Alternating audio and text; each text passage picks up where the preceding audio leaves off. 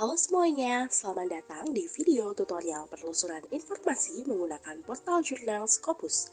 Melalui video ini, kamu akan belajar bagaimana cara melakukan penelusuran informasi guna memenuhi kebutuhan informasi secara efektif dan efisien, menggunakan berbagai search tip dan menjalankan apa saja fitur yang ada pada Scopus, serta bagaimana cara menggunakannya secara maksimal. Video ini terdiri atas beberapa bagian, so pastikan kamu tidak melewatkan keseluruhan bagian dari video ini ya. Pada bagian pertama ini aku bakal jelasin apa sih portal jurnal Scopus itu. Sebagai mahasiswa, pernah nggak sih kalian bingung mau cari informasi buat referensi ngerjain tugas atau sekedar belajar buat nambah pemahaman tentang materi? Terus coba cari di internet tapi sumbernya nggak kredibel. Nah, sekalinya nemuin portal jurnal yang terpercaya, bingung cara pakainya gimana. Pas banget nih kalian nonton ini, soalnya aku bakal bahas salah satu portal jurnal terpercaya buat cari informasi kayak artikel ilmiah dan publikasi ilmiah lainnya lewat portal jurnal yang namanya Scopus. Kalian pasti penasaran, apa sih Scopus itu? Scopus adalah portal basis data abstrak dan sitasi yang diluncurkan oleh penerbit akademis Elsevier di tahun 2004. Scopus dikenal sebagai platform untuk mencari jurnal ilmiah, prosiding konferensi, dan buku. Sumber yang terindeks di Scopus berasal dari berbagai penerbit di seluruh dunia, sehingga dianggap sebagai sumber informasi penelitian yang luas dan terpercaya. Lalu, apa keunggulan yang dimiliki oleh Scopus? Yang pertama, Scopus mampu mengindeks jurnal dari berbagai disiplin ilmu. Yang kedua, Scopus mampu memberikan informasi lengkap tentang artikel, termasuk abstrak, referensi, dan kutipan. Yang ketiga, Scopus menyediakan metrik untuk menilai dampak jurnal. Dan yang terakhir, Scopus memungkinkan pengguna untuk menyimpan dan mengatur artikel penelitian. Namun, perlu dicatat bahwa Scopus merupakan layanan berbayar, sehingga biasanya akses penuh ke Scopus biasanya hanya tersedia melalui langganan institusi seperti perpustakaan universitas. Sekarang pasti kalian jadi penasaran kan sama fitur yang ada di Scopus? Yuk login dulu ke Scopus.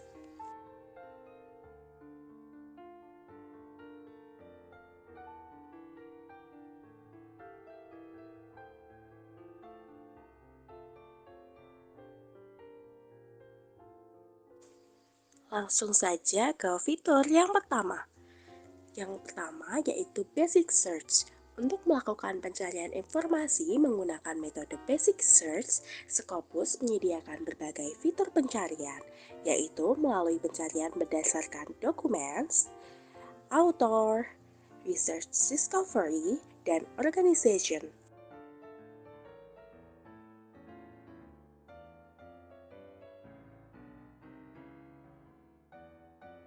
Apabila menggunakan fitur Documents, teman-teman dapat memilih berbagai subjek pencarian, mulai dari pencarian berdasarkan judul, abstrak, ISSN, dan bahasa. Apabila menggunakan fitur Authors, teman-teman bisa langsung mengetikkan nama dari author atau penulis yang terdiri dari nama belakang penulis dan nama depan penulis.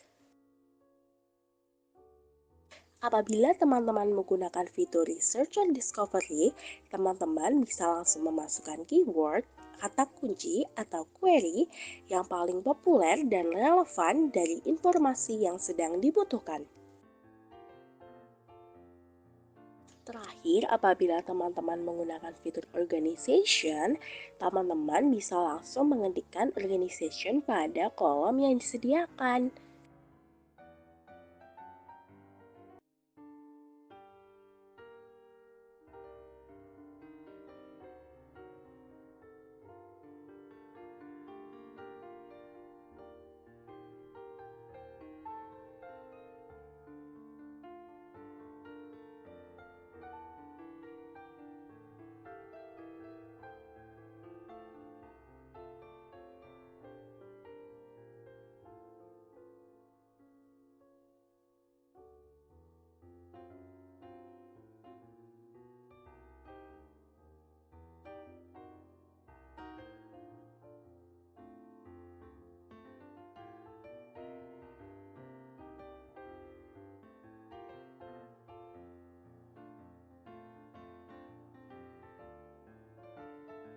Selanjutnya ada fitur Best First. Fitur Best First ini membantu pencari informasi untuk menilai hasil temuan informasinya apakah cocok atau tidak. Fitur ini menyediakan 3 hasil temuan teratas yang menurut sistem sesuai query yang dimasukkan. Hal ini membantu dalam aktivitas temu kembali informasi untuk mengatasi jumlah recall yang terlalu banyak. Selanjutnya ada fitur Faceted Navigation, merupakan salah satu fasilitas desain penyajian yang memudahkan pengguna untuk memperbaiki result agar sesuai dengan kebutuhan informasinya tanpa harus mengulang di research box untuk mereformulasi kata kunci atau query. Selanjutnya ada fitur pagination. Fitur pagination merupakan teknik penomoran halaman yang digunakan untuk membagi data dalam jumlah besar atau banyak.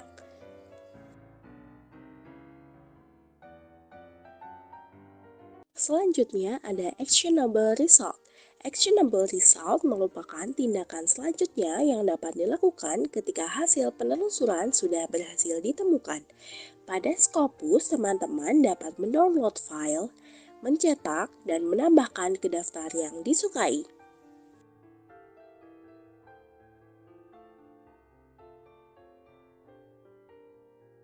Kemudian ada fitur Federated Search. Pada Scopus terdapat fitur Federated Search yang merupakan penelusuran informasi dari berbagai database. Di sini, kelompok kami berhasil menemukan artikel yang dipublish Emerald pada Scopus dengan judul yang sama, yaitu Community Knowledge and the Role of Libraries and Librarians in the Current Digital Age.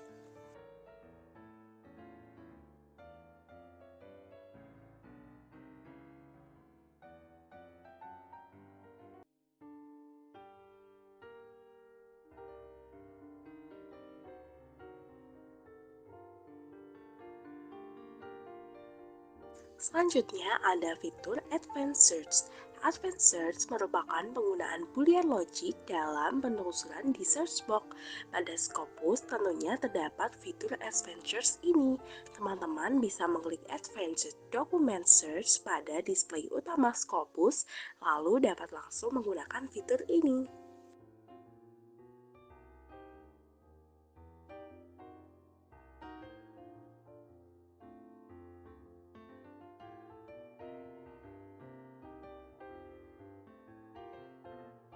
Selanjutnya adalah fitur Browse. Browse merupakan fitur yang digunakan untuk mencari, mengakses, dan mengeksplorasi dokumen yang ada di Scopus. Fitur ini terdapat pada display utama. Kalau tadi kita sudah belajar basic feature dan cara dasar menggunakan desain pencarian apa saja yang ada di website Scopus, nah sekarang kita akan langsung mulai melakukan proses pencarian kebutuhan informasi yang kita inginkan, serta bagaimana kita merumuskan query dan memformulasikan query pada search box. Yuk simak videonya. Langkah pertama yang dapat dilakukan yaitu mengidentifikasi kebutuhan informasi. Tadi topik tugas yang ingin saya cari adalah the role of libraries in supporting student scientific and academic research. Jadi saya butuh informasi mengenai peran pustakawan.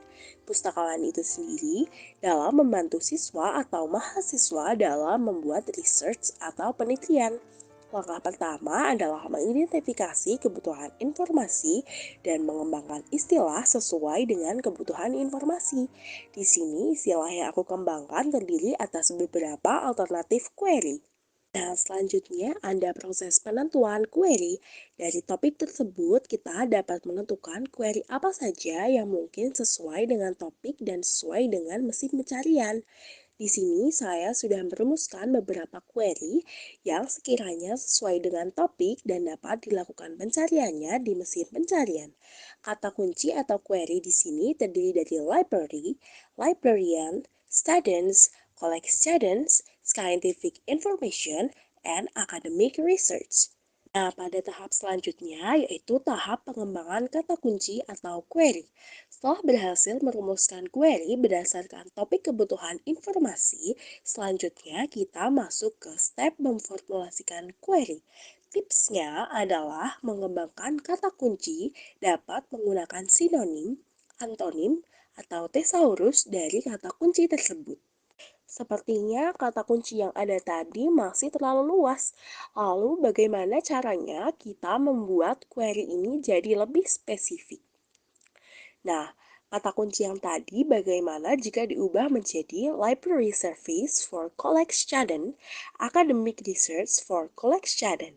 Jadi di sini tipsnya adalah gunakan kata kunci yang lebih spesifik untuk mendapatkan hasil pencarian yang lebih akurat. Namun perlu diperhatikan bahwa semakin spesifik query yang digunakan juga dapat tidak memunculkan hasil pencarian. Karena bisa jadi pemilihan kata yang kita gunakan dalam query jarang digunakan atau belum ada yang melakukan penelitian yang sesuai dengan query yang spesifik tersebut. Selanjutnya, pada bagian kelima atau bagian terakhir adalah memformulasikan kata kunci kamu di search box Scopus. Gunakan operator boolean seperti and, or, dan not untuk mempersempit hasil pencarian. Baiklah, mari kita coba dengan kata kunci ini. Pertama, librarian or library. Terus, and, student or academic. And information or knowledge or information overload. And library services for teenagers or information literacy education.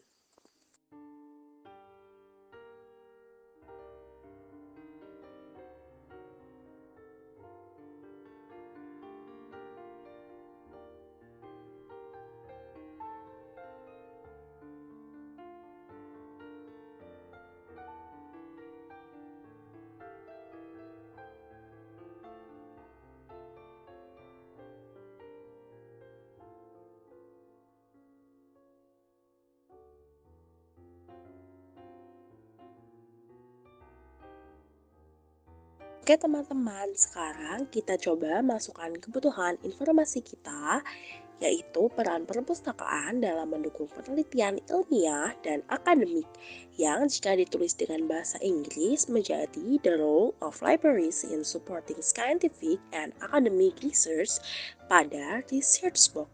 Kali ini saya menggunakan portal jurnal Scopus dari Undip.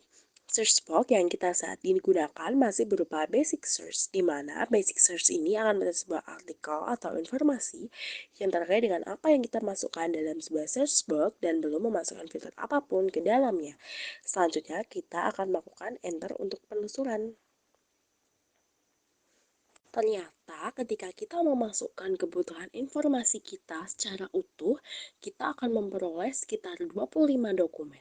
Namun dokumen-dokumen yang kita peroleh masih kurang relevan.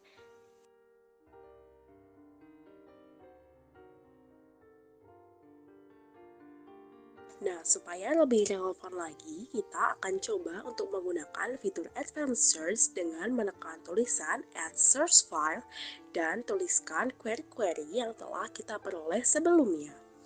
Pada fitur Advanced Search ini, kita memanfaatkan Boolean Logic yang ada pada Scopus, yaitu and, or, and not.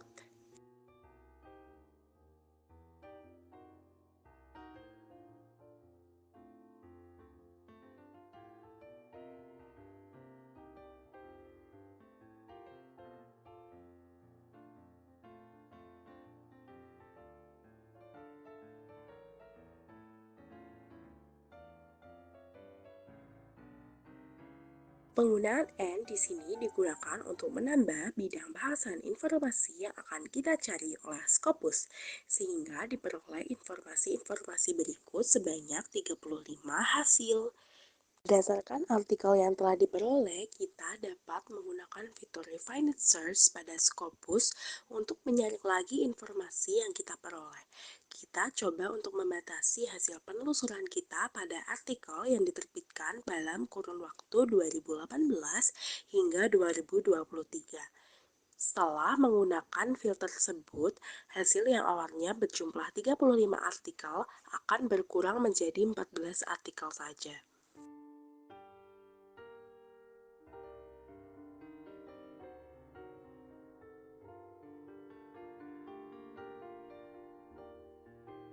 Selain menggunakan pembatasan tahun, Scopus juga menyediakan beberapa kategori pembatasan lain, yaitu jenis subjek, tipe dokumen, bahasa, kata kunci, negara penerbit, tipe dan judul sumber dokumen, nama pengarang, tahapan publikasi, afiliasi atau pihak yang bekerja sama, sponsor pendanaan, dan ketersediaan akses dokumen untuk publik.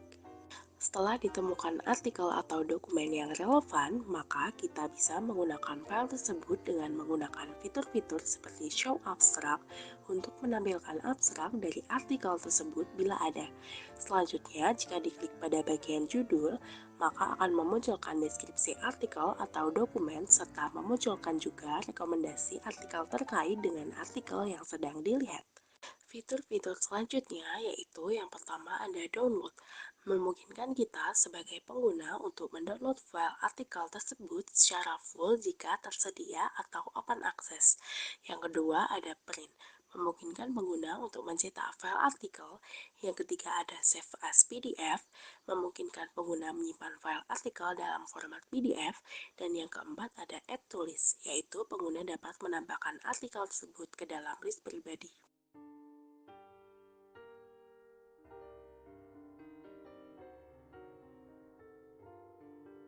Pada bagian ekspor, kita dapat mengekspor artikel yang kita pilih ke dalam berbagai format, serta terdapat juga reference manager yang memungkinkan kita membuat citasi secara otomatis menggunakan extension atau aplikasi pihak ketiga.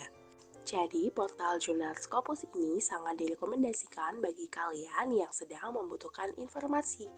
Karena selain artikel pada portal ini sudah terindeks secara internasional, artikel yang ada juga sangat banyak dan beragam jenisnya. Artikel jurnal yang ada di Scopus ini bisa dibilang adalah salah satu artikel terbaik yang bisa kita gunakan, khususnya seputar ilmu perpustakaan dan informasi. Nah, mungkin sampai di sini dulu ya video tutorial kali ini. Semoga dapat menambah wawasan teman-teman terkait cara penelusuran informasi menggunakan portal jurnal Scopus. Terima kasih dan sampai jumpa lagi di lain kesempatan. Bye-bye.